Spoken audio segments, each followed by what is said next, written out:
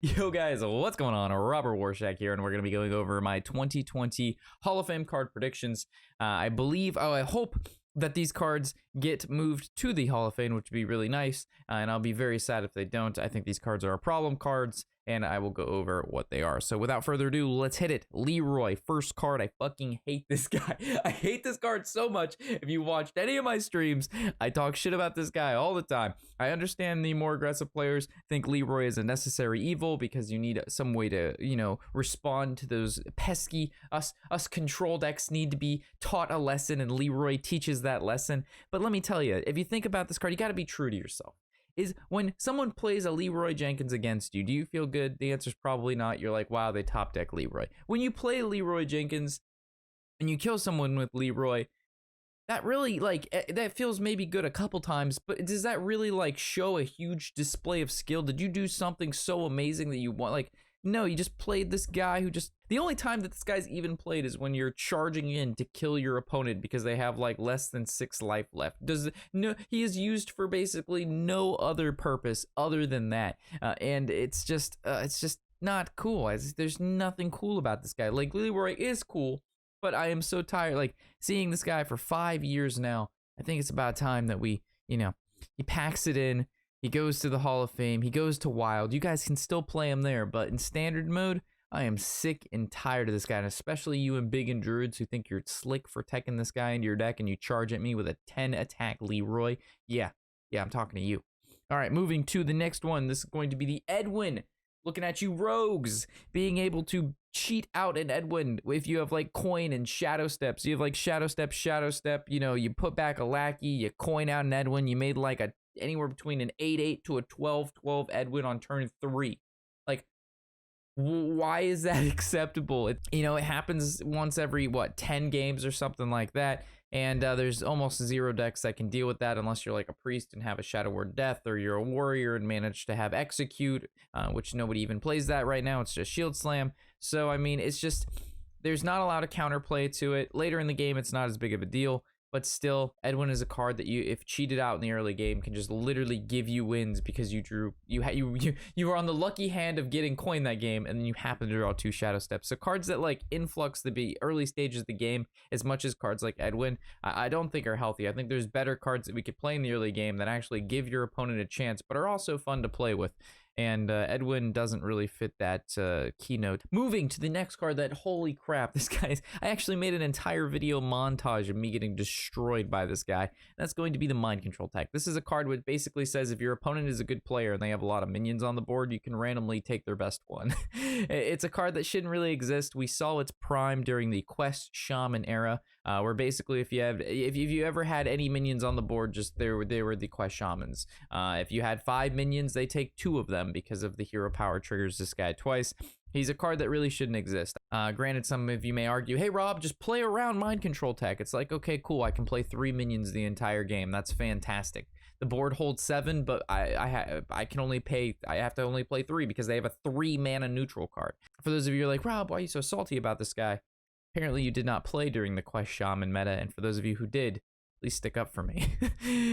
Quest Shaman with Mind Control tech was something. Moving to Malygos. So while I will agree that Malygos is a very cool card, and he's been, obviously part of the game for a long time now, being able to have +5 spell damage is insane. The increasing amount of cards that get randomly generated, looking at Ysera portals and, the new Alexstrasza, which randomly generates, 0 cost dragons, being able to play a Malygos for 0 mana kind of cheat.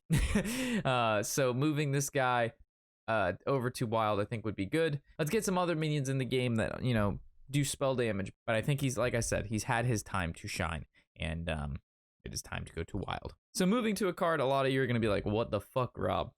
While he's not a problem right now, Blizzard has specifically mentioned that he is a problem card. They're constantly looking at him, and they actually have to weave design interactions around him, and the card's going to be Stone Tusk Boar. This 1 mana 1/1 would charge. We actually saw a Stone Tusk Boar Priest OTK deck not too long ago that involved a huge quantity of cards to pull off the OTK. It was called APM Priest, if you guys want to look it up. Not that I think this guy is a problem right now, it's just Blizzard has mentioned that this guy reduces their design space. It stops them from printing cards in the future because of possible OTKs with this guy because the charge mechanic is really powerful, you know, like the same reasons we're targeting Leroy. But the thing about charge is that you can't interact with it. Like, your opponent plays a charge minion and then they hit you, and there's nothing you can do about it, right? In Magic or in Runeterra, you have instant spells and you have interactions that you can do on your opponent's turn to counter stuff.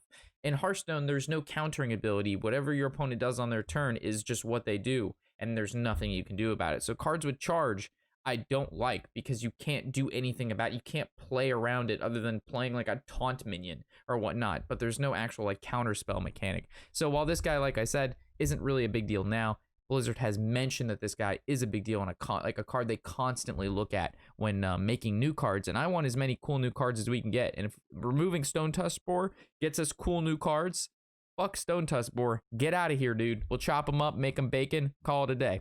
So taking a look at Priest here, we got the Inner Fire. So when I looked at this, I looked at Divine Spirit.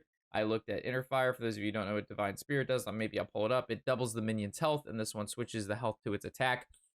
I think priests should have the ability to give their minions a lot of health. I think priests heal things, and having a lot of health is something a priest should be able to do. But what a priest shouldn't be able to do is kill you in one turn with a 3-mana combo because they have a minion that happened to stick around on the board that has a decent amount of HP. We've seen this with combo priests. The deck has been around for 4 or 5 years now. There's nothing new with the deck. It's an extremely boring combo. Let's get rid of Inner Fire. There's topsy-turvy, but cards like that rotate out. So if we see combo priests for 2 years for a rotation, that's fine. That's normally how long these decks live, is roughly about 2 years until they lose their package and we get other cards that do other things. But this combo has been around for way too long. And like I said, Inner Fire without Divine Spirit, if we keep this card, the problem still exists through other mechanics. If we get rid of Inner Fire and we just keep the priest having high HP, that's fine. Priest should be able to make giant taunt minions. There's nothing wrong with a giant taunt minion. There is something wrong with paying 1 mana and turning that taunt minion into an OTK.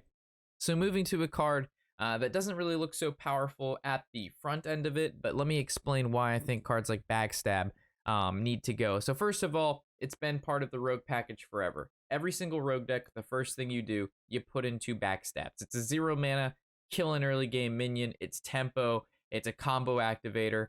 And when you have cards through the basic set like we've had for so long, when you're building your decks, you're like fitting in anywhere between like 5 to 15 cards with just basic set cards, and you just don't get around that. So that only really leaves 10 to 15 other cards you can put in your deck, right? Because it already has the base set, which takes up. And I don't like that sort of mentality that there's already like a baseline template for how you should build a rogue deck, and it requires you, unless your deck is just subpar, to run 2 Backstabs. And when you have a basic set that the cards never rotate, you're going to have this sort of thing. Like, for example, looking at Druid, you're always going to have these cards like Swipe and Wrath and Nourish. Like, these cards will just always be, it's just sort of the package of Druid, right? And the same thing goes for Rogue. You have Edwin, you have Backstab, you have Abyss, and all these cards are just, you play them in Rogue, period, at end of story. If they don't have those cards, the deck is subpar.